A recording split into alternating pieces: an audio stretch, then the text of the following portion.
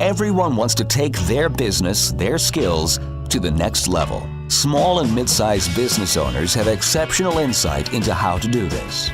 They endure and thrive because they find ways to overcome the challenges that come their way, and they can teach us valuable lessons to apply to our own companies and lives. Stephen Nooner, founder and owner of Alkali, a company with a unique process that helps businesses more effectively buy and manage their insurance programs.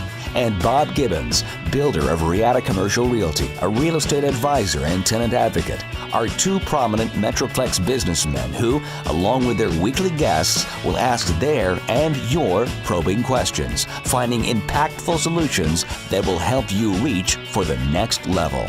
Here are your hosts, Stephen Nooner and Bob Gibbons. Welcome to The Next Level, conversations that propel business. This is Bob Gibbons. And I'm Stephen Nooner, and we've got another great guest for you today. I'm excited to introduce Greg Monroe, co-founder of Baker Monroe PLLC, a boutique legal firm focusing on commercial real estate and lending matters. Their practice includes buying, selling, leasing, and developing real estate, documenting loans, and handling corporate issues. They started in 2015 and currently employ 13 people based in Fort Worth, Texas. If you want to learn more, please visit bamolaw.com. Welcome, Greg. Hi, thank you. How's it going? Good, good. Is there a story behind the BAMO? Well, it's the first two letters of our names. Yeah, so but there's got to be more. Baker Monroe is already taken, and BAMO itself was already taken, and so, we kind of like the BAM. Bam. Yeah. Okay. Bama. I was wondering, I was thinking maybe like someone was from Alabama. No. You That's, went to North see, Texas. and so that happens a lot when we're dealing with somebody out of state. They're like, oh, did you go to Alabama? No, it's not No, Bama. It's that- Bama, exactly. C-C-B-A and M-O, the first two letters. So it's been confusing. It's not been as well received as we hoped, but it's been fun. Well, it's short, which I appreciate. That's right. Well, we're excited you're here with us today. We always like to start the show off with wisdom of others, we call it, which is a quote from somebody smarter than at least Stephen. And Stephen, you actually came up with one today, didn't you? Yeah, Greg's. He said his favorite quote is "not really." I'm just kidding. I am curious why you just not a quote guy. I'm not a quote guy, and I never really have been. When I was reading that and I was talking to my wife about it, she's like, well, you don't have anything. I've got nothing on the tip of my tongue. And so if I don't have anything that I can just think of, I think that I'm not going to go look up one just for this deal. So Now, what's funny about and that, I like though, that. I appreciate that about you. Go to your website, and on your homepage, you got quotes scrolling. 3 of them. Well, it was someone else. Good. We live by that too, whatever That must it have says. been the Baker side of the name.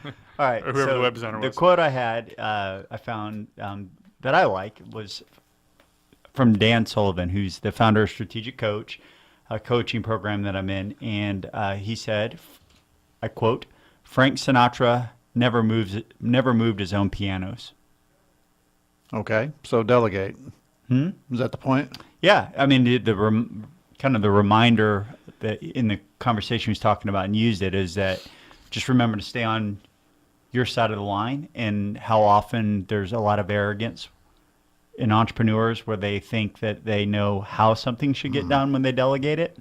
And it's really more important that you're very crystal clear to whoever you're delegating it to on the result you want, but give them the freedom to do it, because they may, if they really like doing that, they probably will do it better than you, or you wouldn't be delegating it.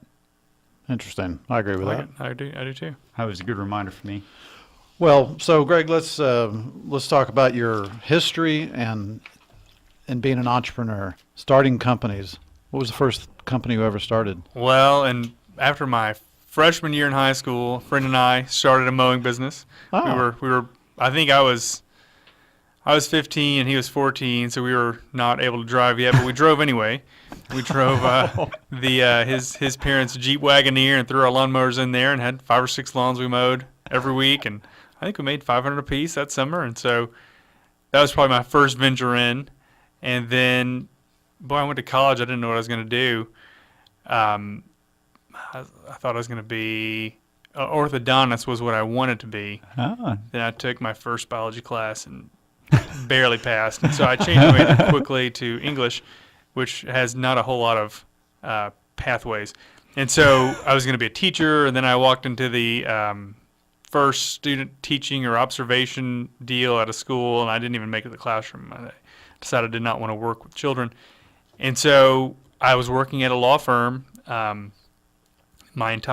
basically my entire college, and it was a small firm, four attorneys, and I was started as a runner, and then I ended up doing their bookkeeping and doing their billing, and so I got to see a whole lot of the inside of the business and see how they made money and where the money went and how they spent their money, and helped, we can ship with this shipper instead of this one, and we'll save the clients $2, and it was fun to do that and see how you can become more efficient.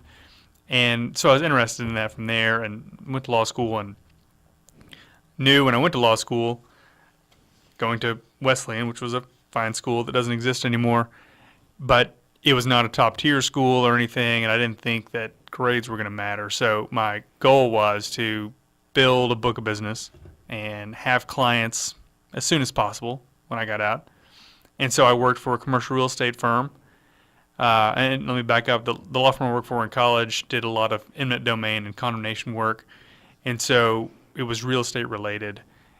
It wasn't people getting divorced or defending criminals or personal injury, none of which I was really interested in. But I got really interested in the real estate side. And I grew up in a small town and didn't understand commercial real estate. So that, plus working at a commercial real estate company, a brokerage company in law school, opened my eyes, and I got real excited about it, really interested in it, and knew that I wanted a job working in that industry as a lawyer. What'd you do for the commercial real estate company? So I was just a broker's assistant. So I helped prepare form leases and form purchase and sale contracts, and we went on. I took small tenants on tours in some of the buildings. They were mostly office, so small office spaces. But yeah, it was great learning that business, and I've made great friends out of that. I've invested with them, and they're good clients of mine now, and so it really set me up for what I wanted to create. And then as a new lawyer, you get out of law school and don't know anything about anything, and so it takes a long time to learn that. And I got through and I learned it, and made a partner at a bigger firm, and realized that wasn't a place where I wanted to be, and partnered up with my current partner at another firm, and then we went on our own two and a half years ago.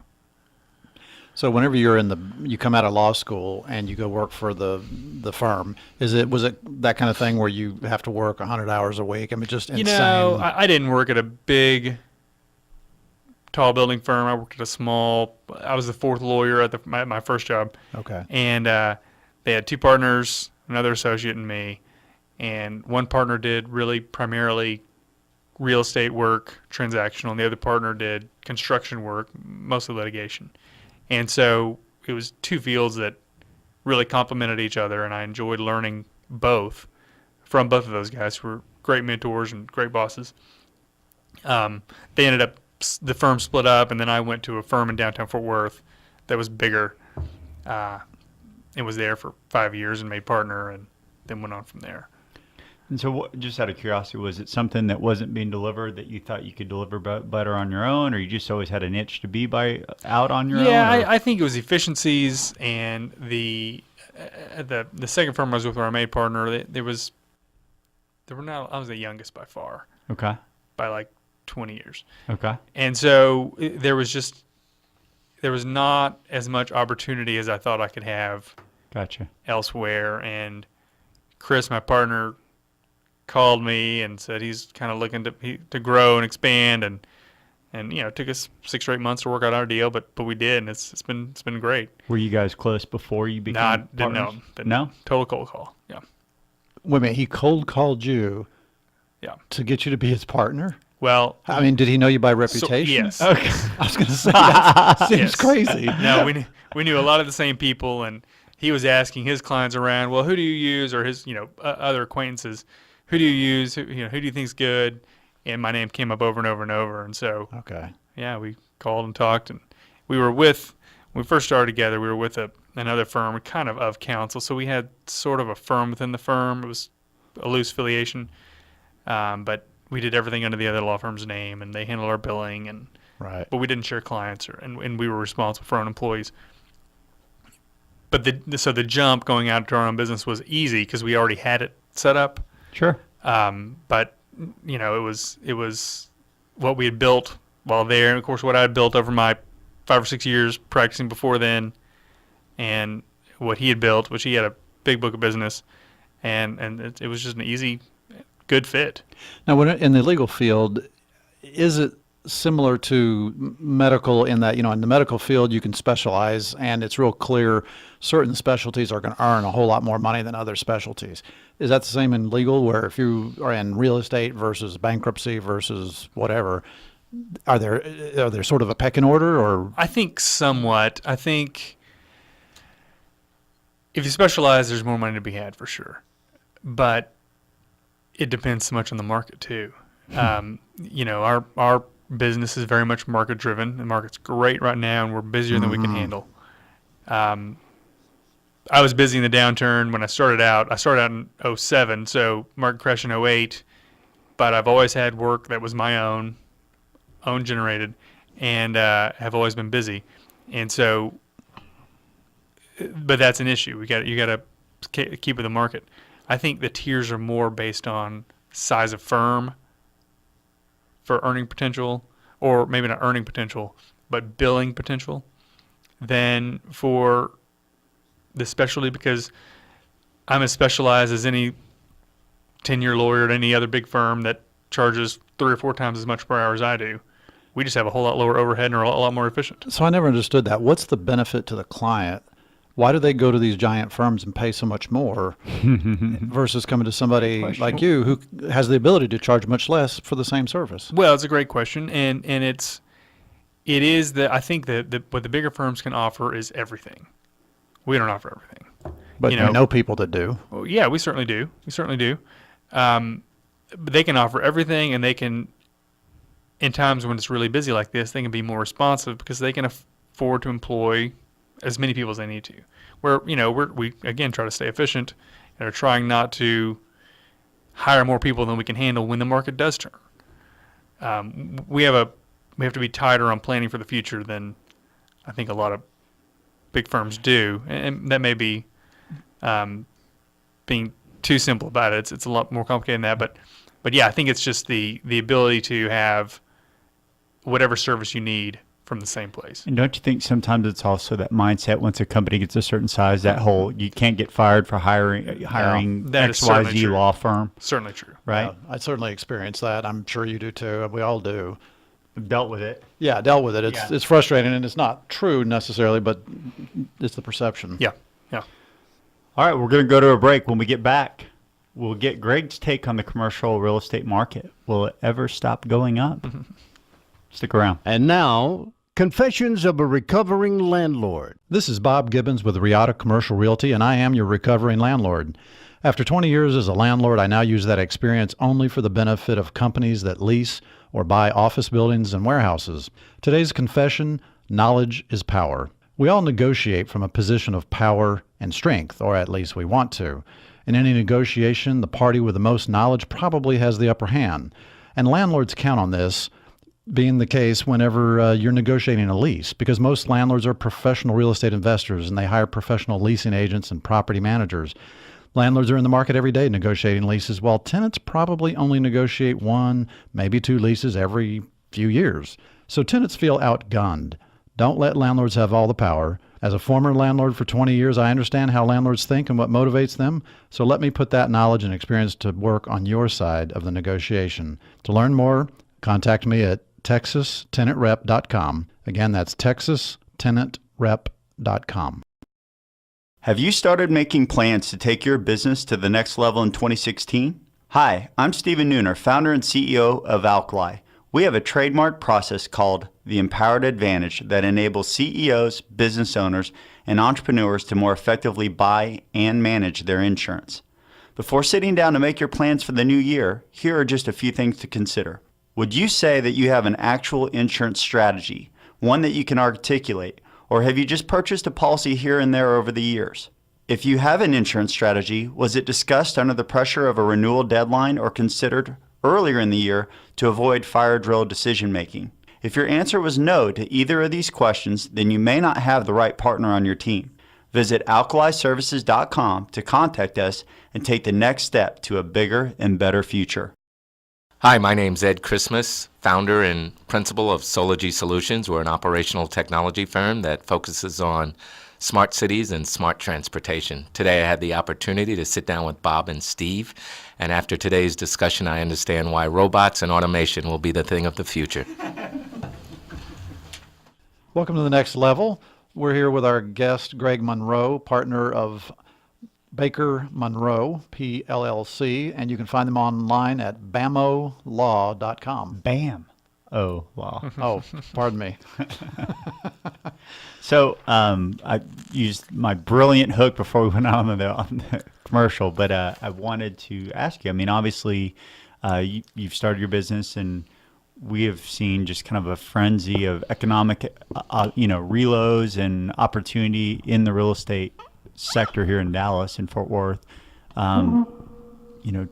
What are you seeing, and what do you think is happening? Do you think it's going to continue? Do you think we're near a peak? I mean, there's all kinds of, and I'm going to put all my money in whatever you say, so make sure the advice is good.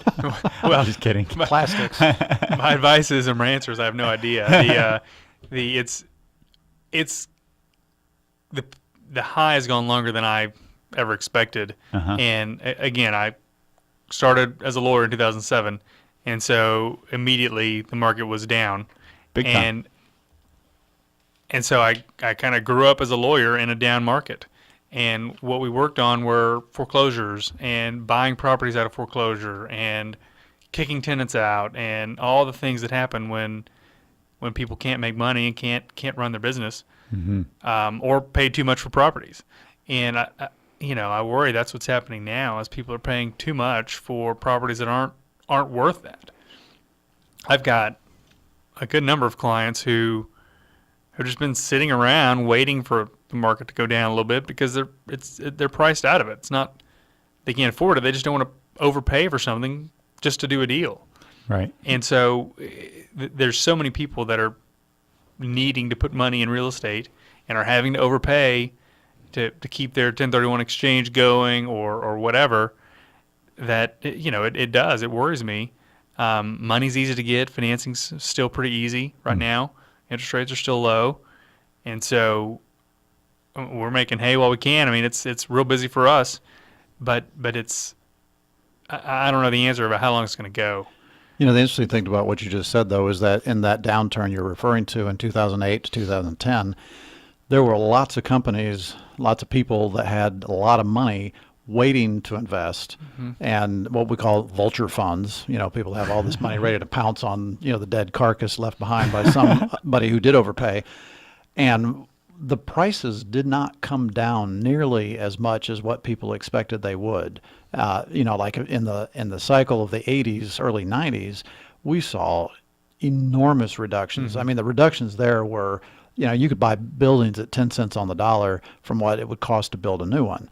And in the 08 to 10 cycle, we didn't see that. And part of the reason we didn't see that was because there were so many people with money to spend. And so it was the supply of money and that kept the prices from going down too far. So it'll be interesting to see in the next cycle, whenever we do see a downturn, if that happens again. Well, I agree, and I think that even in the down cycle and that I went through, of course, I didn't go through the 80s. I was oblivious to that, but You're in diapers. At least riding my bike around the neighborhood. Come on. The money was still easy to get. The big CMBS lenders were all down, but the guys with money weren't using those anyway. Right. They were using the community banks that were still making loans. And so they had cash sitting on the side, and they could finance these properties that were maybe not 10 cents on a dollar, but were 80 cents on the dollar, 70 cents on the dollar, or were just valued correctly and they were overvalued before. Right. And so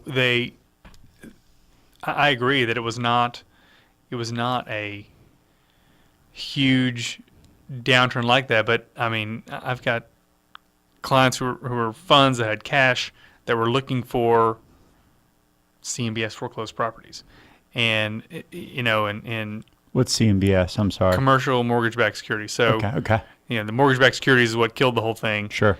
And then they were doing it with home loans, and they did it with commercial loans as well.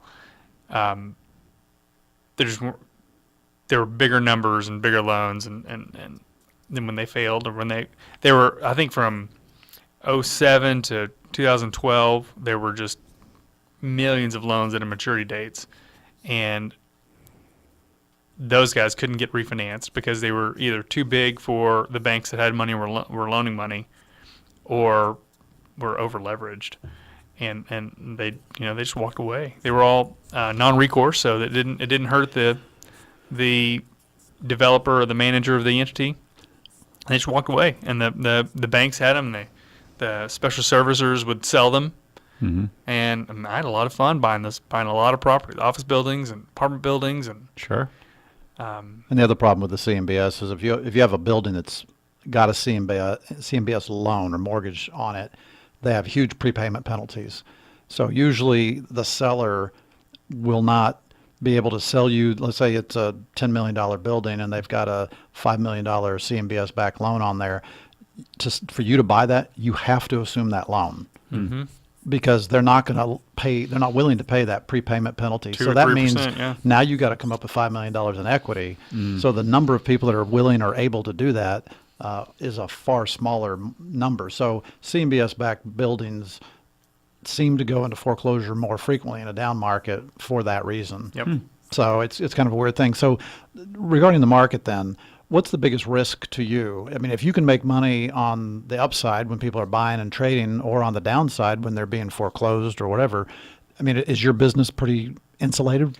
I feel like we are. I mean, what I worry about is we're busier than we can handle right now. We need to hire a few more people. And then, in a year and a half, I think we're diverse enough that we can weather the storm. But if we've hired 2 other lawyers, do we have enough to keep everyone sufficiently busy? I think so, but that's what I worry about. I feel confident that we would with our staffing now. But if we added to that, that's what I get concerned about, is when it does go down, do we have enough? I know our practice is diverse enough, even though it's within one niche area. We have diverse enough client base with banks, community banks that will, I think, continue lending even when the market goes down, and with a lot of buyers who have just been sitting out, waiting. That I think it'll be okay. But that is, that's my concern, is to over-employ, and I don't want to have to lay anybody off. I don't want to be in that position. Sure. Are you constraining opportunity, though, for people on your team by not? I mean, obviously everyone's really busy, but the firm could grow. Yeah.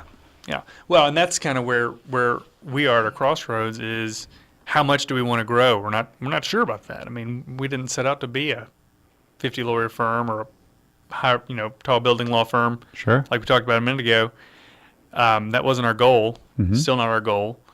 But the business keeps coming. And, it's been great. It's been a blessing, and it's been. But it's made it hard too, because we got to figure out these hard decisions. It's you say, I'm so busy, and they say, well, it's a better problem to have than the opposite. Like, well, yeah, it is, but it's still a problem. Sure. Yeah. Because we still got to figure out how to do all the work we have. Well, and I know you're a family guy, right? Because I met, full disclosure, I met Greg because my wife Corey was friends with her sorority sister with Greg's wife. We met in Chicago. So I know you're a family guy. So what kind of impact has that had on your family? I mean, the amount of time you're having to put in. Well, I mean, I don't miss anything. Okay. I go to all the soccer practices, all the soccer games, all the dance recitals, and I pick up kids at school. I take them to school every morning. So and you're making it happen. So, yeah, I don't miss anything. There's a but coming, though. I don't think it's had an effect on my family or my children. They know I work a lot. They see me working and talking on the phone a lot. But I don't have any hobbies. I mean, I don't do anything myself. I don't play golf or anything like that. I would love to, but I don't have time. That's what I've given up more so than my family. I've given up my own personal time and space to run my business and be there at all times for my family. Yeah. I can picture you sitting at home after the kids go to bed, though, pulling out that That's what laptop I do. and work until whatever time. Put them in bed at 8 o'clock, and I go to work in my little bitty office at my house. Sounds like you guys have taken some time, though, right? Yeah, we have. You had some recent successes there. We have. We've taken some trips, and our kids have gone to different countries this year. Went to Canada skiing in January. Then we took them to nice. Mexico and built a little house for Homes of Hope with one of my clients. That's awesome. So that's fun. And then my wife and I are going to China next month for a week. China. Yeah, it's exciting. And so, we've taken time, we've traveled, and it's been a lot of fun. I think as a family we don't miss out on anything. We do a lot of things together, whether that's at home or elsewhere. We do a lot together. My wife and I just bought bikes, and so now we're riding bikes all over the place. We got a little cool. trailer for the baby, and it's kind of fun. So whenever you're looking for clients, well, if you're looking for clients, sounds like you've got all the clients you need at the moment. We're always looking, though. It's fine. But what I've seen is that whenever you are so specialized, like you guys are in commercial real estate, sometimes you get in a situation where you're conflicted out, where you've represented this person in a transaction in the past, and now they want to be on the other side or whatever, and so you're conflicted out. In a town the size of Fort Worth, does that present a significant constraint on your ability to grow? It happens all the time, and mostly, and the biggest situation where it happens is where I'm representing a bank and my partner's representing the borrower.